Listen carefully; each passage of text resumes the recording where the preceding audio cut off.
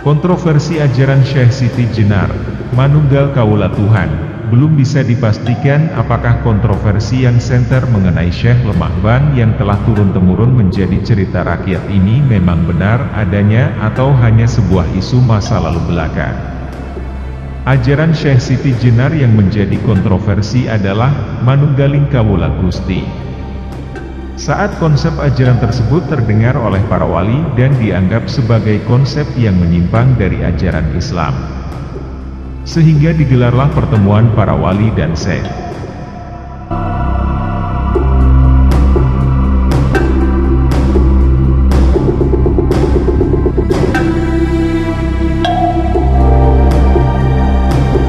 Sejumlah tokoh penting di Istana Argapura, Giri atau yang sekarang disebut dengan Gresik. Pada pertemuan itu telah hadir Sunan Kalijaga, Sunan Ampel, Sunan Khusus, Sunan Bonang, Tan Gowat alias Syekh Bentong, Penembahan Madura, Pangeran Palembang dan tentu saja Syekh Lemah Bang. Pertemuan diawali dengan sesi bertukar pikiran di mana para tokoh dan wali memaparkan pengetahuan serta pemahaman mereka terkait dengan agama Islam dan hal lainnya. Riuh pada pertemuan tersebut bermula ketika Syekh Lemah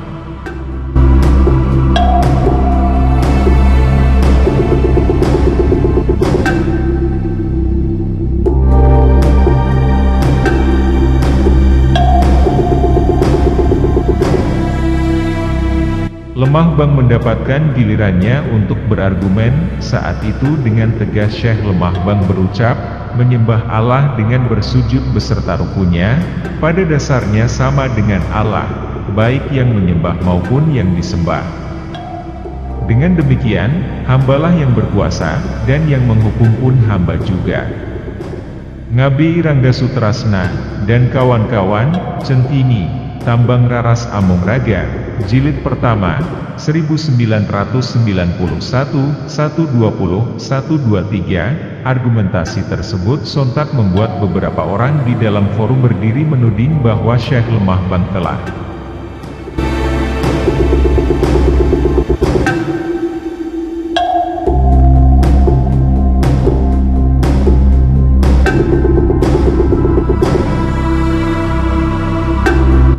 berdosa karena menyimpang terlalu jauh dari agama dan menganggap dirinya sama dengan Tuhan. Namun, dengan tenang Syekh Lemah Bang menanggapi segala tudingan tersebut sembari berkata, biar jauh tetap benar, sementara yang dekat belum tentu benar.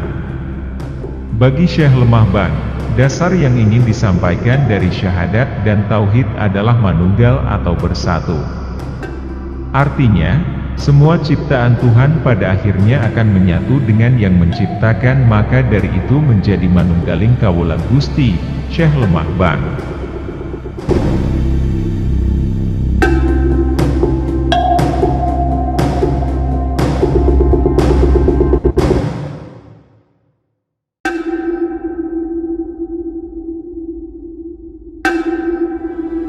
Tetap teguh dengan opini tersebut.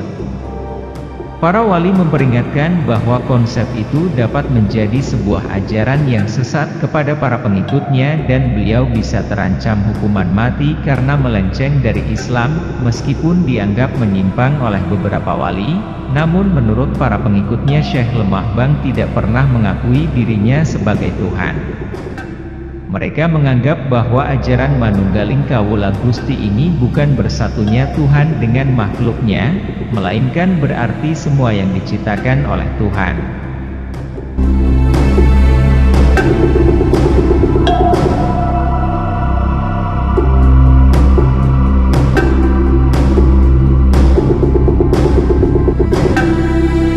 Ada banyak versi yang menceritakan kematian Raden Abdul Jalil ini.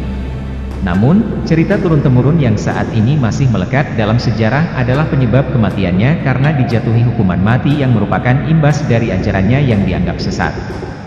Setelah adanya argumentasi dari Syekh Siti Jenar mengenai Tuhan, Wali Songo menggelar sebuah sidang dan menetapkan hukuman mati pada Syekh Siti Jenar.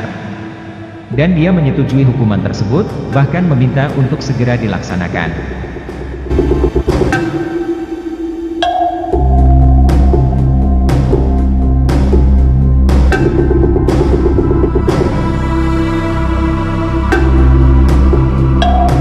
Syekh Siti Jenar memiliki pandangan tersendiri mengenai kematian.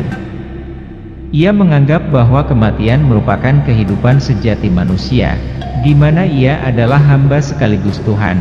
Syekh Siti Jenar berkata, "Syukur jika saya sampai tiba di alam kehidupan yang sejati, sakit dan sehat saya temukan di dunia ini.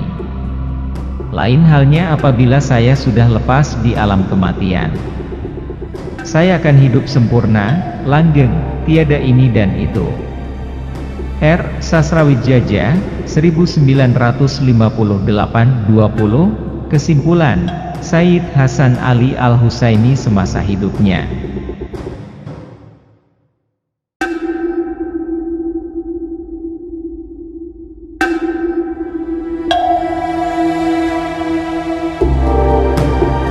Memiliki beberapa julukan, diantaranya adalah Syekh Lemah Ban, Raden Abdul Jalil, dan yang paling sering disebut hingga saat ini adalah Syekh Siti Jenar. Ia juga sempat mendapat gelar Sunan karena telah ikut menyebarkan ajaran Islam di Nusantara, yaitu Sunan Jepara. Sayyid Hasan Ali Al-Husaini diyakini masih merupakan keturunan langsung Nabi Muhammad SAW yang semenjak kecil telah diajarkan untuk mendalami ilmu-ilmu agama. Ia juga mendalami ilmu tasawuf dan makrifat. Hingga pada dewasanya, ia